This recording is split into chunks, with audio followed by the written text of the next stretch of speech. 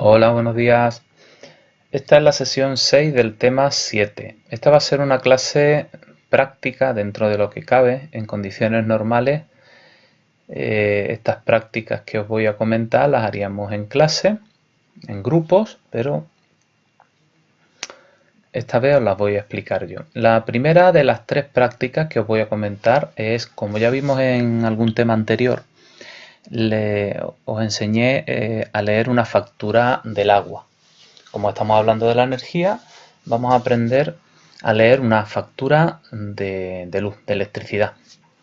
Os voy a poner una, la mía. He borrado los datos personales, ¿vale? Pero todas las facturas, aunque sean de empresas diferentes, pues tienen una estructura similar. Lo primero es la empresa que nos suministra la energía, en mi caso es Endesa. Aquí están los datos, el importe total 46,28, el número de factura, la referencia, el periodo de consumo, este es mensual. Normalmente es mes a mes, mientras que la factura del agua pues normalmente era cada 2 o 3 meses. Eso ya depende de cada ayuntamiento. En este caso, Endesa es una empresa privada a nivel nacional. No es como en el caso del agua, que se refería a una empresa pública municipal, el ayuntamiento el que suministra el agua. La fecha de cargo es cuando me van a cobrar en el banco, porque lo tengo domiciliado, el 30 de noviembre. Aquí estarían mis datos personales, pero lógicamente lo he ocultado y me lo he inventado. Este sería el resumen. Aquí tenemos la potencia contratada, la energía consumida, el impuesto de la electricidad, el alquiler de equipos, medida y control, el IVA, que es de un 21%, y este es el total. Vamos a ir desglosando cada uno de los apartados, ¿vale? En alquiler de equipos, medida y control, os comenté con la factura del agua que había contadores de agua, pues también hay contadores de luz. Están estos, que son los antiguos, que ya prácticamente pues en pocos sitios hay, y los han ido sustituyendo progresivamente por estos otros que se llaman contadores inteligentes. Estos contadores inteligentes están conectados con la central, en este caso de Endesa, y directamente se hacen las lecturas. En el caso del contador de agua o el contador de luz antiguo, tenía que ir alguien de la empresa o del ayuntamiento, en el caso del agua, para leer la cantidad de metros cúbicos de agua que hemos gastado o de kilovatios hora que hemos gastado. En el caso del contador inteligente ya no es necesario, porque está conectado de manera inalámbrica con la centralita, y además el precio de la electricidad, el precio del kilovatio hora, va variando hora a hora y día a día.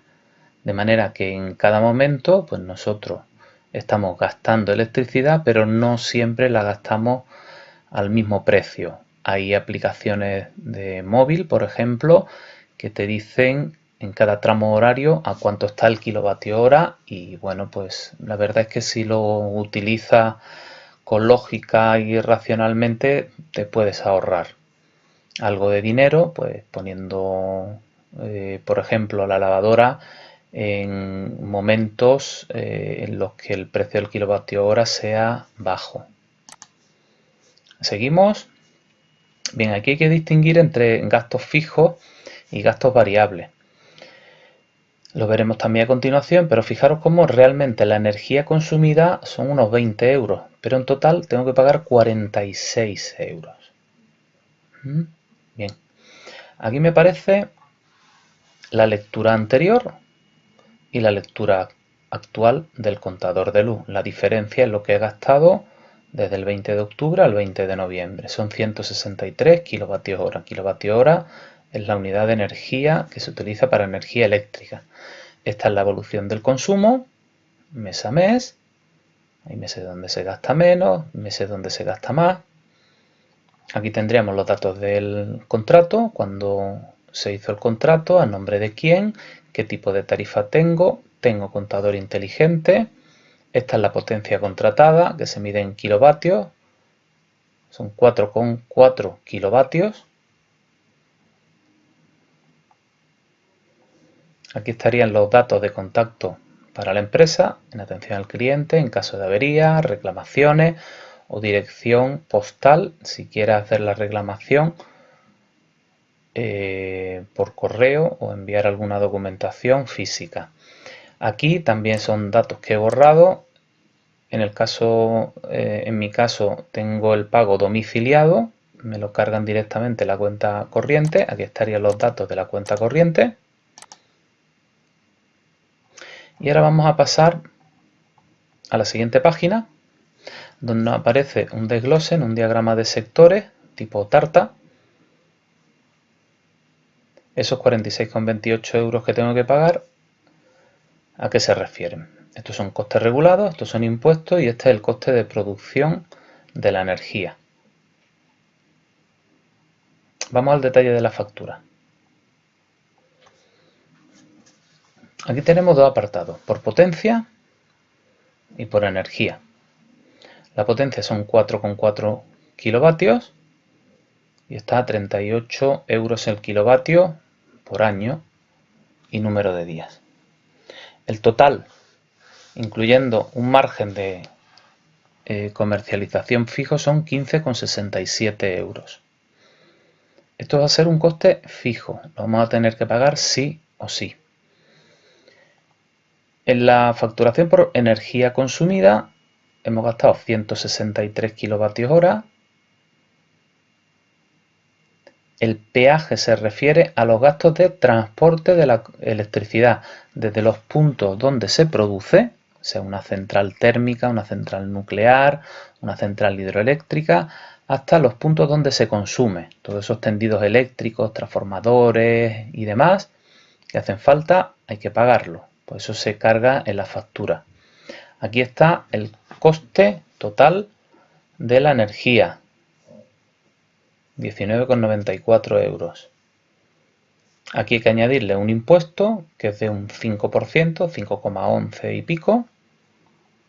El alquiler de equipo, que se refiere al contador de la luz, que serían 0,82 euros cada mes. Y luego el 21% de IVA. Y aquí tenemos el importe total. Por curiosidad, fijaros que hay unos números que están en rojo. Eso es las cantidades en caso de consumo cero. Uno podría pensar que si, por ejemplo, estoy un mes entero fuera de casa, el consumo sería cero. Vamos a suponer que apagamos todo, absolutamente todo, incluida la nevera. ¿De acuerdo? O sea, nuestro contador no se movería ni un solo kilovatio hora. La factura de electricidad no nos vendría a cero. Vamos a calcular cuánto es. La facturación por potencia contratada es un gasto fijo. Tendríamos que seguir pagando 15,67 euros. Eso sí, en la energía consumida, como hemos consumido 0 kilovatios, aquí tendríamos 0 por y 0 por, total, este y este término serían 0. Aquí en vez de 19,94 obtendríamos 0 euros. En total, sumando 15,67 con 0, ya no nos daría 35,61, sino que serían 15,67 euros. El impuesto de la electricidad, ese 5 y pico por ciento, se refiere a este subtotal, 35,61, pasa a ser 15,67, pues el 5,11% de 15,67 es 0,80. Más el alquiler de equipo, que ese es un fijo, aunque no hayamos gastado. El contador no es nuestro, es de la empresa comercializadora Endesa, con lo cual tenemos que seguir pagándolo, 0,82. 0,80 más 0,82 da 1,62. Y finalmente el 21% es sobre este subtotal. 38,25 ahora es de 15,67 más 1,62 hacen 17,29. Le aplicamos el 21% y nos da 3,63. Si sumamos 15,67, 1,62 y 3,63 nos da 20,92. Esto es lo que nos vendría en la factura de electricidad si estuviéramos un mes fuera de nuestra casa y no hubiera consumo, cero. Luego, si seguimos en la factura, nos aparecen otras informaciones, nos detalla aquí de dónde proviene esa energía, si es de renovables, nuclear, fuel o gas, carbón.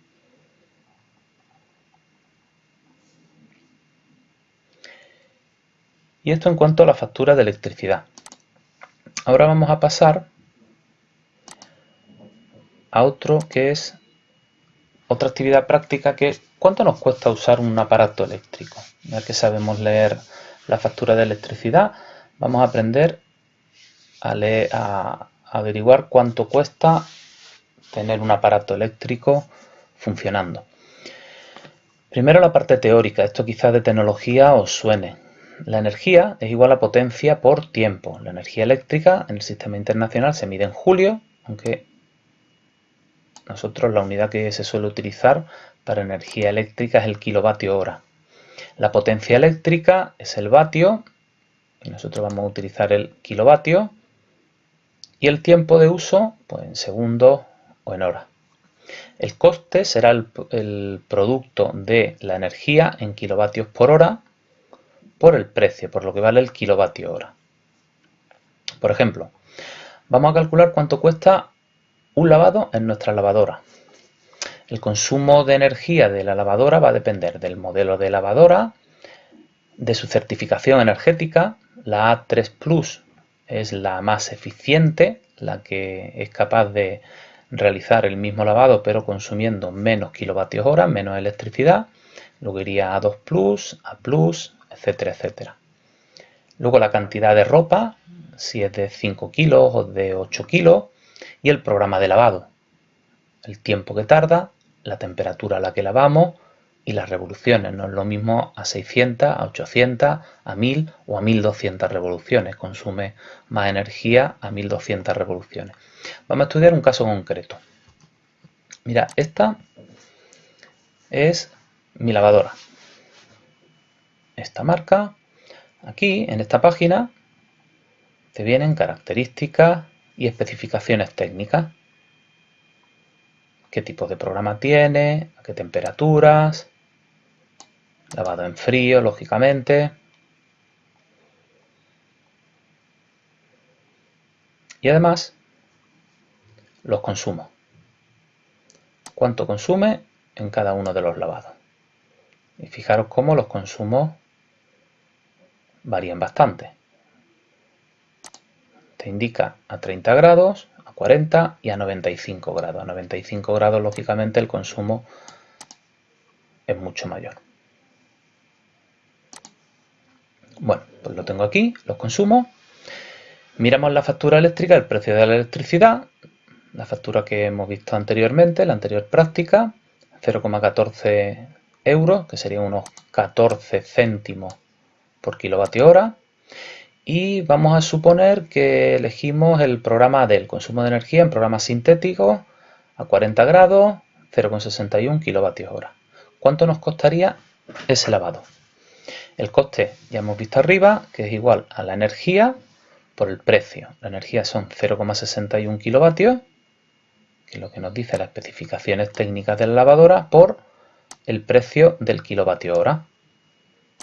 Hacemos la multiplicación, redondeamos a dos decimales, 0,09 euros, y eso son 9 céntimos.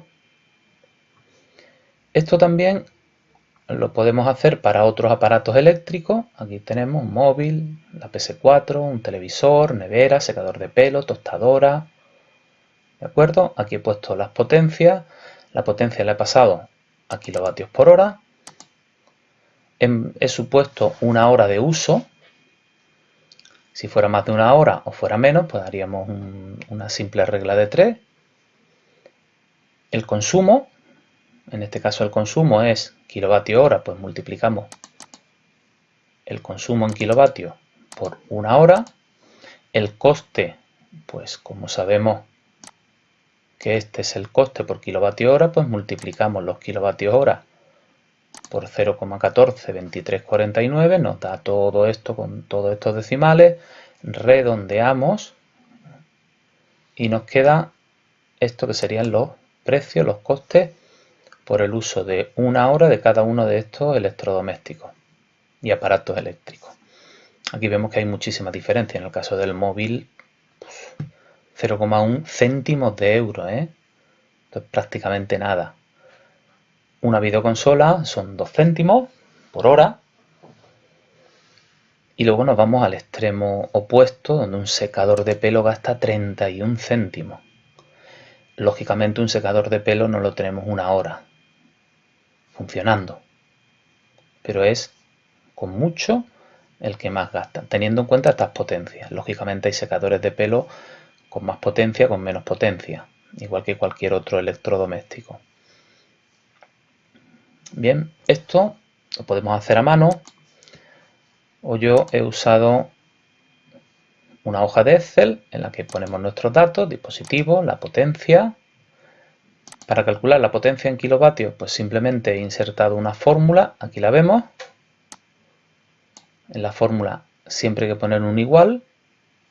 Indicamos C4, que es la casilla de donde tomo el dato, C4, y lo que hay que hacer para pasar de vatio a kilovatio es dividir entre 1000, igual que cuando pasamos de metro a kilómetro. Kilo significa 1000.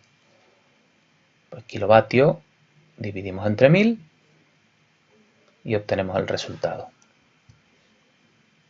En este caso, pues simplemente, imaginaros que esto no lo tuviéramos.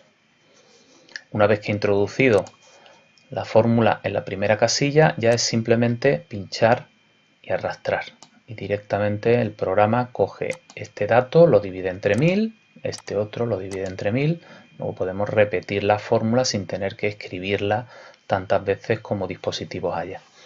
El tiempo, que es 1 hora. El consumo en kilovatios hora, pues lo que tenemos que hacer es multiplicar kilovatios por hora, es lo que he puesto aquí, el igual, la casilla D4, que es esta, y por la casilla E4. Fijaros como el signo de por, en este caso, es un asterisco, no es un punto. Lo mismo, una vez que tenemos esta casilla, tendríamos que pinchar y arrastrar y nos lo copia a todas las demás celdas. El coste en céntimos, pues tenemos que multiplicar el consumo por lo que cuesta en céntimos cada kilovatio hora, que son 14,23,49, eso lo sacamos directamente de nuestra factura. Y luego pinchamos y arrastramos y copiamos. Y por último, lo que he hecho ha sido aquí ajustarlo a un decimal. Simplemente pincho botón derecho, me voy a formato de celdas, le digo que es un número y que quiero una posición decimal. Aquí podemos cambiar el número de decimales que queramos. Yo quiero que me lo deje en un decimal.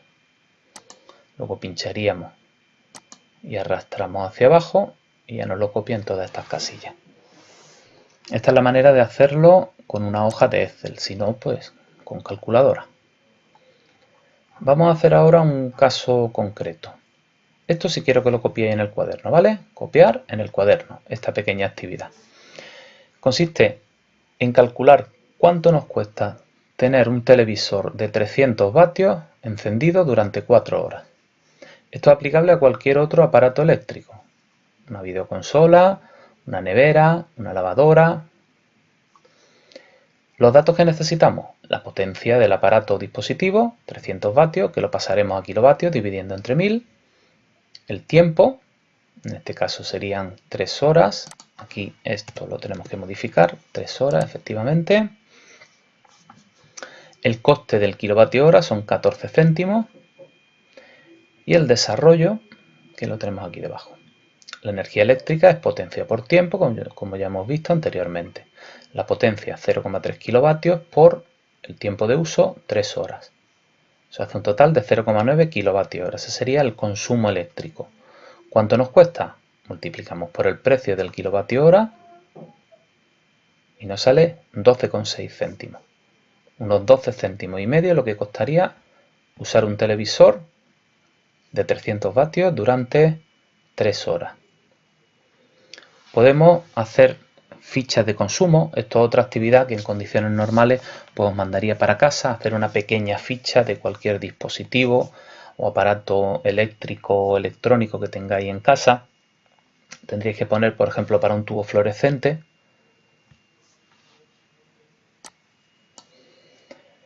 ponemos aquí la potencia del tubo fluorescente, lo pasamos a kilovatios, multiplicamos por una hora de uso y multiplicamos por unos 14 céntimos que cuesta el kilovatio hora. 0,50 céntimos de euro. Como estamos viendo también impacto ambiental, podemos calcular esa electricidad a cuántos gramos de CO2 emitido a la atmósfera corresponden. Aquí tenemos un enlace que es una calculadora de emisiones de CO2. Aquí tenéis la dirección, pero hay decenas y decenas. Simplemente poniendo en Google calculadora de emisiones de CO2 y aparecerán muchísimas. Aquí podemos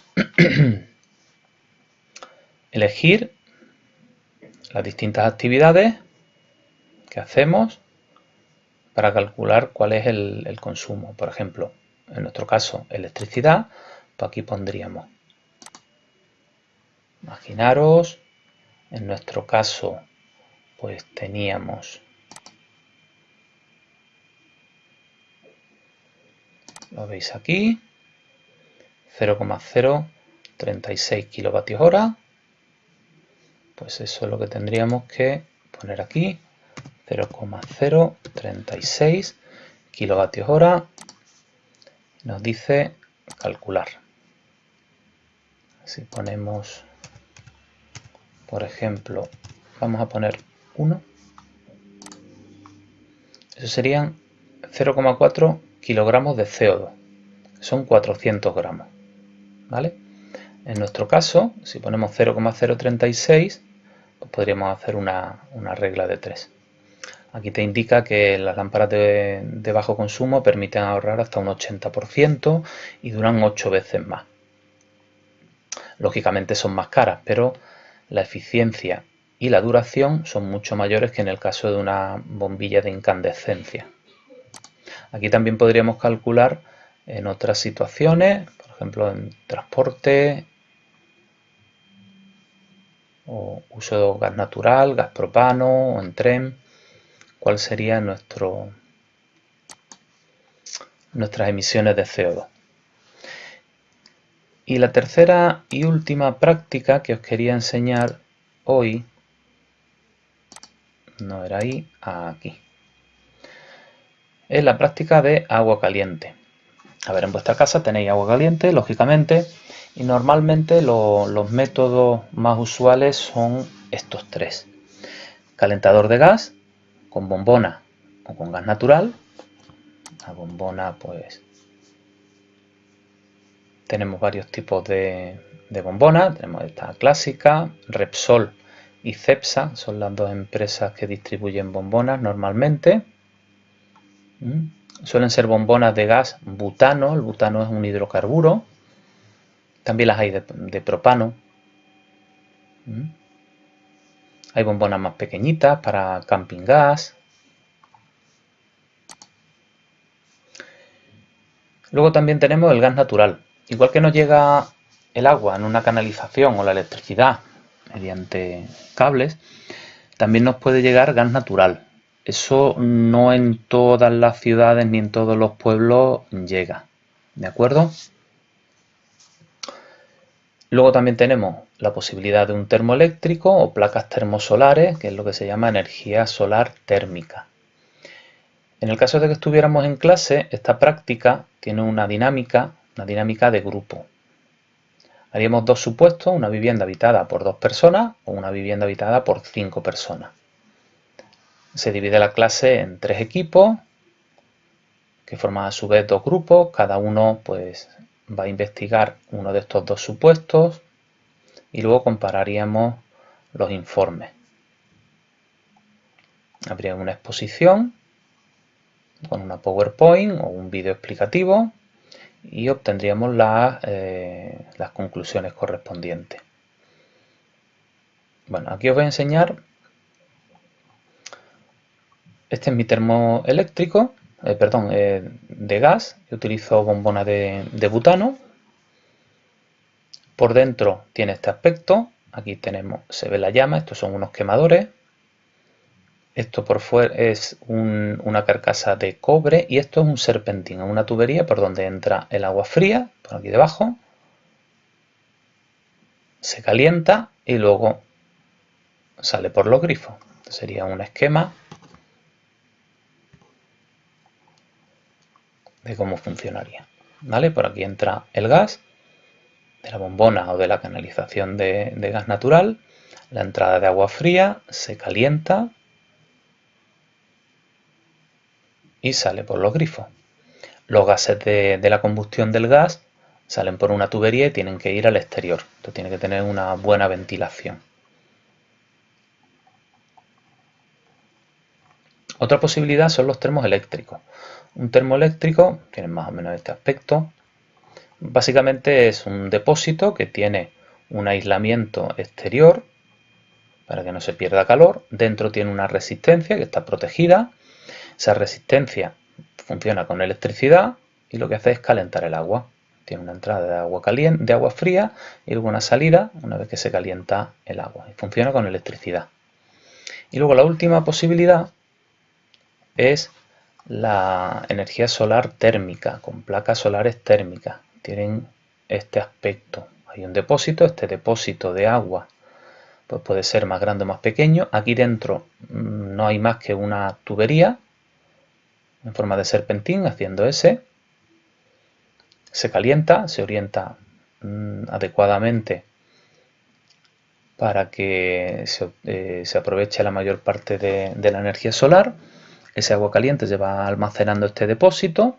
En algunas instalaciones, pues este depósito, si hay sitio, se puede poner dentro de la casa, debajo del tejado. Y este sería el esquema. Aquí tenemos las placas, en este caso el depósito está dentro de casa, el agua se calienta, pasa al depósito y se reparte por toda la casa. La placa tiene que estar orientada de la forma más efectiva posible. Hay que tener en cuenta que en verano el sol está más alto y en invierno está un poquito más bajo. La placa, pues el ángulo óptimo, eso ya el instalador es el que lo determina, pero estaría entre 30 y 75 grados, estaría por aquí en medio. También he aprovechado para enseñaros esto. Fijaros, estos no son placas térmicas, son placas fotovoltaicas. De aquí se obtiene electricidad directamente, que también es una opción. Podemos poner placa fotovoltaica y un termoeléctrico. Ahora ese termoeléctrico no está conectado a la red, sino que está conectado directamente a nuestras placas fotovoltaicas. Tenemos estas que son las clásicas, aunque no es muy usual. En Alaurín, por ejemplo, sistemas de este tipo sí que hay muchos para agua caliente, pero sistemas de placas fotovoltaicas son poco frecuentes, son bastante caros y también hay problemas legales de permisos y demás. Tenemos otras opciones. Fijaros cómo estas tejas ya tienen incluidas las placas fotovoltaicas. Aquí también tenemos tejas con placas fotovoltaicas. Aquí tenemos una mampara para dar sombra, pero también tiene placas fotovoltaicas. Y esto que son cristales fotovoltaicos. Son láminas transparentes que pueden utilizarse como cristales, pero que dentro tienen sustancias que son capaces de coger la energía solar y transformarla en energía eléctrica. Bueno, pues esto es todo por hoy. Un saludo y hasta la próxima.